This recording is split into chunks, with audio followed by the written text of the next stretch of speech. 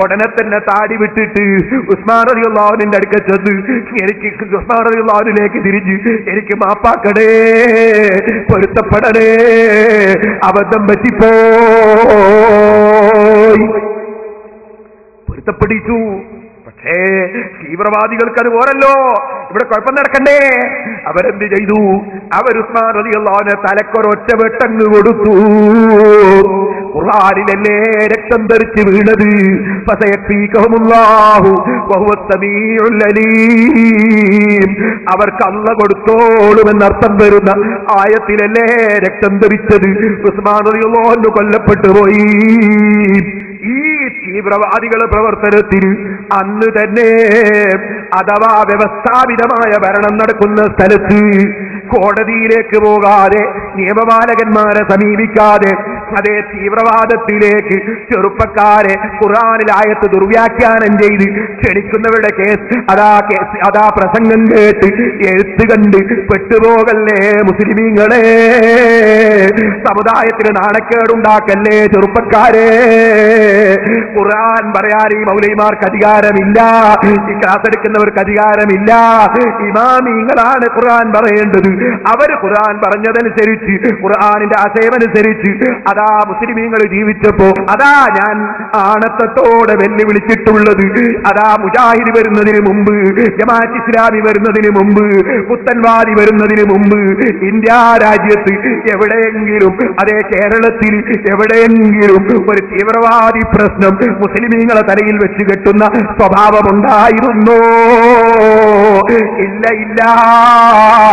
സർവനാശവും ഖുർആൻ വ്യാഖ്യാനം ചെയ്യുന്ന മുസ്ലിമീങ്ങളെ തീവ്രവാദികളായി ചിത്രീകരിക്കാൻ യഹൂദികൾ നടത്തുന്ന ശ്രമത്തിന് കൂട്ടുനിന്നു കൊടുത്തിട്ട് ഇമാമിങ്ങൾക്ക് തെറ്റുപറ്റും, അതുകൊണ്ട് ഇമാമിങ്ങളെ സ്വീകരിച്ചുകൂടാ എന്ന് പറയുന്ന മൗലവിമാര് മുഖേന തന്നെ സംശയം വേണ്ട. ഞാൻ പറഞ്ഞു വരുന്നത് അപ്പൊ ഈ ഇമാമിങ്ങളെ സ്വീകരിക്കുക. അപ്പൊ എന്താ എനിക്ക് പിടിക്കാത്തത്? ഞാൻ പിരിവെടുക്കുന്നു, നിങ്ങൾ കേൾപ്പിച്ചുതരാം. എന്നെ പറ്റി പിരിവ് വീരന്ന മൂപ്പര് ഇവിടെ വരുന്ന മൗലവിക്ക് സ്വന്തം കയ്യാഞ്ഞിട്ട് മറ്റേ മൗലവി കൂടി കൊടുക്കുന്നുണ്ട്. നല്ല പിരിവാപ്പ നടന്നുകൊണ്ടിരിക്കുന്നത്.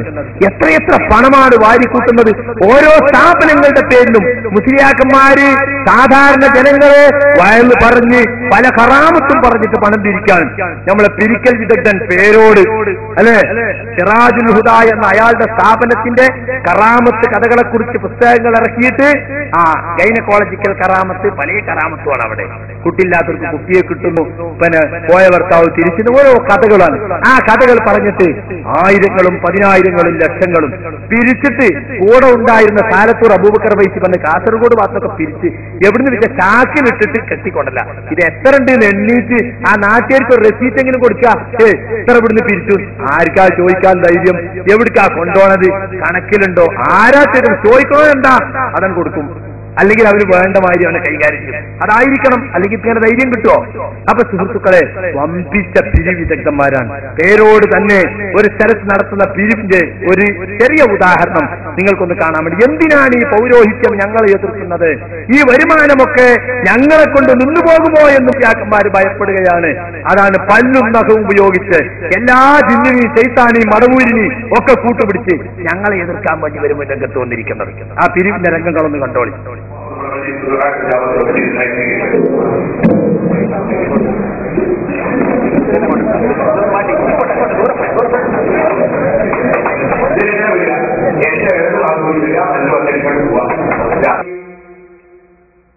ഈ മൗലവിമാര് ഇതും കൊണ്ട് നടക്കുക. ഞാൻ പിരിവെടുക്കുന്നു, ഞാൻ പിരിവെടുത്ത കാണാനില്ലേ മൗലവിമാരെ? ഇല്ലേ? 32 കെട്ടിടങ്ങൾ, 25 സ്ഥാപനങ്ങൾ, 20 വർഷത്തിനിടയിൽ 8000-ഓളം കുട്ടികൾ സിറാജുൽ ഹുദയുടെ കീഴിൽ അള്ളാഹുവിന്റെ തൗഫീഖ് കൊണ്ട് പഠിക്കുന്നുണ്ട്. ഒരു മാസത്തിൽ 20 ലക്ഷം രൂപ ചെലവിന് മാത്രം വേണ്ടി വരുന്നുണ്ട്. മുസ്ലിമീങ്ങൾ സഹായിക്കുന്നുണ്ട്, അമുസ്ലിമീങ്ങളും സഹകരിക്കുന്നുണ്ട്. കാരണം ഇത് തീവ്രവാദത്തിനല്ലെന്നവർക്കറിയാം, ഇത് ഭീകരവാദത്തിനല്ലെന്നവർക്കറിയാം. മുസ്ലിങ്ങൾക്കും അമുസ്ലിങ്ങൾക്കും അതിന്റെ ഫലം ലഭിക്കുന്നുണ്ട്. നമ്മുടെ സ്ഥാപനത്തിൽ 600-ഓളം സ്റ്റാഫുകളുണ്ട്. അതിൽ 10-300-ഓളം സ്റ്റാഫുകൾ അമുസ്ലിം സഹോദരന്മാരാണ്. കാരണം അവർ പള്ളിയിൽ ഇമാമത്ത് നിൽക്കാനല്ല, അല്ലെങ്കിൽ മദ്രസ പഠിപ്പിക്കാനല്ല, ഇംഗ്ലീഷ് പഠിപ്പിക്കാൻ മുസ്ലിം ആകണം എന്നില്ല, സയൻസ് പഠിപ്പിക്കാൻ മുസ്ലിം ആകണം എന്നില്ല. നമുക്ക് തീവ്രവാദമില്ല, വർഗീയതയില്ല. വർഗീയത അംഗീകരിക്കുന്നവൻ നമ്മളിൽപ്പെട്ടവനല്ലാതാണ് മുഹമ്മദ് റസൂലുള്ളാഹി സ്വല്ലല്ലാഹു അലൈഹി വസല്ലം പറഞ്ഞത്. അല്ലാഹുവിന്റെ റസൂലിനെ വീട് വളഞ്ഞ് കൊല്ലാൻ വേണ്ടി വീട് വളഞ്ഞ് ബുദ്ധിമുട്ടിച്ചിട്ടും മദീനയിലേക്ക് പോകുമ്പോൾ വഴിയറിയുന്ന ഒരാളെ കൂലിക്ക് വിളിച്ചു, ശമ്പളത്തിന് വിളിച്ചു. ആരെയാ വിളിച്ചത്? ഒരു അമുസ്ലിം സഹോദരനെ. കാരണം അദ്ദേഹത്തിന് വഴി അറിയാം, അയാൾ അമുസ്ലിമാണെങ്കിലും വിശ്വസ്തനാണ്, അതുകൊണ്ട് അയാളെ വിളിച്ചു. ഇങ്ങനെയല്ലേ ചരിത്രം? ആ മുഹമ്മദ് നബി സല്ലല്ലാഹു അലൈഹി വസല്ലമ തങ്ങളുടെ അനുയായികൾ ഒരിക്കലും തീവ്രവാദികളായിക്കൂടാ, ഭീകരവാദികളായിക്കൂടാ. ഞങ്ങൾക്കതിൽ നിർബന്ധമുണ്ട്. അത് ഞങ്ങളുടെ സ്ഥാപനമുണ്ടെങ്കിലേ നടക്കൂ, അല്ലെങ്കിൽ നിങ്ങളുടെ ശൈലി കടുത്ത തീവ്രവാദം റസൂലുള്ളാഹിന്റെ പേരിൽ വെച്ച് കെട്ടുന്ന ജാറം പൊളിച്ചു എന്ന് പറയുന്ന ശൈലിയാണ് നിങ്ങളുടേത്. ഇതൊരിക്കലും മുസ്ലിമീങ്ങൾക്ക് അംഗീകരിക്കാൻ പറ്റുന്ന ശൈലിയല്ല. എന്നിട്ട് മൗലവി ഇവിടെ വന്ന് കരയാണ്. ഒറ്റ കേസുമില്ലാതെ. കേസേ ഉള്ളൂ, കേസ് മാത്രമേ ഉള്ളൂ. കരഞ്ഞിട്ട് കാര്യമുണ്ടോ? എന്നാൽ ഈ മൗലവിമാരെ പോലെ ഞാൻ റെസീറ്റ് കൊടുത്തില്ല. ഞാൻ വയല് കഴിഞ്ഞിട്ട് 1 മണി 2 മണിക്കൊക്കെ എന്റെ വയല് കഴിയും. അപ്പോഴേക്ക് ആൾക്കാർ ഇങ്ങനെ വന്ന് പൈസ കൊണ്ടെത്തത് ശരിയാണ്. അങ്ങനെ വരാതെ അൽഹംദുലില്ലാഹ് 7 ലക്ഷം ഉറുപ്പ തന്നെ ഞാൻ കുറ്റിയാടിന് പറിക്കുന്നതാ. ആൾക്കാർ നേർച്ച തരുന്നതന്നല്ലേ. അതിന് റെസീറ്റ് മുറിക്കുന്നുണ്ടോ? അത് ഇയാൾക്കാ റെസീറ്റ് കൊടുക്കേണ്ടത്? റെസീറ്റ് മുറിക്കുന്നുണ്ടോ എന്ന് പരിശോധിക്കാൻ ഇവിടെ ഉദ്യോഗസ്ഥന്മാരില്ലേ? നമ്മുടെ സ്ഥാപനത്തിന് FCR രജിസ്റ്റർ ഉണ്ട്, അതിൽ ATG കിട്ടിയിട്ടുണ്ട്, ഇൻകം ടാക്സിൽ രജിസ്റ്റർ ഉണ്ട്, എല്ലാ സർക്കാരിന്റെ എല്ലാ വകുപ്പിനും രജിസ്റ്റർ ഉണ്ട്. ആ കാരണം കൊണ്ട് തന്നെ ഇപ്പൊ അടുത്ത് 8 കൊല്ലത്തെ റെസീറ്റിന്റെ കൗണ്ടർ ഫയൽ ഹാജരാക്കണമെന്ന് ഹാജരാക്കി കൊടുത്തു. ഞങ്ങൾക്ക് എന്താണ്? ഞങ്ങൾക്ക് ഒളിച്ചു കളി, നിങ്ങളെപ്പോലത്തെ പരിപാടി ഉണ്ട്, ഞങ്ങൾക്ക് കള്ളത്തൊക്കെ ഉണ്ടാക്കുന്ന പരിപാടി. അതുകൊണ്ട് തന്നെ ഞങ്ങൾക്ക് ഞങ്ങളുടെ ഒരു തുറന്ന പുസ്തകമാ. ഞങ്ങളുടെ സ്ഥാപനം അൽഹംദുലില്ലാഹ് ഭംഗിയായി ഞങ്ങൾ നടത്തുന്നുണ്ട്. ഞാനിത് പഠിച്ചത് എന്റെ ഗുരുവരിയരായ ശൈഖുനാ കാന്തപുരം ഉസ്താദ്, അല്ലാഹു ദീർഘായുസ്സും ആഫിയത്തും നൽകട്ടെ, ഉസ്താദ് അവറുകളിൽ നിന്നാണ്. ഞങ്ങൾ ആരിമീങ്ങൾ MA ഉസ്താദ് ജാമിയ സഅദിയ പ്രായമുള്ള സമയത്തും നടത്തുന്നു. ഹംസ ഉസ്താദ് അപ്പുറത്ത് കഥാ മക്കർ നടത്തുന്നു, അപ്പുറത്ത് ഖലീൽ തങ്ങൾ മൈദിൻ നടത്തുന്നു, എന്റെ സ്നേഹിതൻ കുറ്റമ്പാർ അബ്ദുറഹ്മാൻ ദാരിബി മജ്മഅ നടത്തുന്നു, അപ്പുറത്ത് സുലൈമാൻ സഖാഫി വേറൊരു മജ്മഅ വെട്ടിച്ചിറയിൽ നടത്തുന്നു. ഇപ്പുറത്തതാ ഞാൻ നിങ്ങളോട് പറയുന്നു, ഈ അടുത്ത ദിവസം സമ്മേളനമുണ്ട്, ജാമിയ സഅദിയുടെ സമ്മേളനം വരുന്ന 10-ാം തീയതിയുണ്ട്. അതിനപ്പുറത്തതാ ശേഷം 14 മുതൽക്ക് അപ്പുറത്ത് ദാറുൽ ഫലാഹിന്റെ സമ്മേളനം വയനാട്ടിലുണ്ട്. അത് കഴിയുമ്പോഴതാ നമ്മുടെ യുടെ സമ്മേളനം വരുന്ന 29, 30, 31 തീയതികളിൽ വളരെ ഗംഭീരമായുണ്ട്. എന്നല്ല, 21 മുതൽ സമ്മേളനമാണ്. 21-ന് പെരിങ്ങത്തൂരിൽ നിന്ന് ധാരാളം വാഹനങ്ങളുടെ അകമ്പടിയോടെ മഹാനായ അരിയൂർ കൂഫി തങ്ങളെ ഖബറും സിയാറത്ത് ചെയ്ത് നമ്മൾ അവിടെ നിന്ന് ഇങ്ങോട്ട് വരും ഉച്ചക്ക്. അങ്ങനെ പുറപ്പെട്ട് നേരെ കുറ്റ്യാടിയിലേക്ക് വരും. അതിനിടയിൽ രാവിലെ ഇൻഷാ അല്ലാഹ് ജിഫിരി തങ്ങളെ ഖബർ സിയാറത്ത് ചെയ്യും, അബേൽ തങ്ങളെ ഖബർ സിയാറത്ത് ചെയ്യും, വടക്കൻ മുഹമ്മദ് തങ്ങളെ ഖബർ സിയാറത്ത് ചെയ്യും, സിയം വരീദാലെ ഖബർ സിയാറത്ത് ചെയ്യും. അതൊക്കെ ഞങ്ങൾ അവിടെ പോയി നടത്തും. എല്ലാ ജനങ്ങളും സിയാറത്തിന് പെരിങ്ങൂരിലെത്തണം എന്ന് ഞാൻ പ്രത്യേകം ഉണർത്തുകയാണ്. എന്നിട്ട് ഇൻഷാ അല്ലാഹ് സിയാറത്ത് കഴിഞ്ഞ് 21-ാം തീയതി നമ്മളെ പതാക ഉയർത്തും. അന്ന് ഇൻഷാ അല്ലാഹ് കുറ്റ്യാടിയിൽ പ്രസംഗം തുടങ്ങും.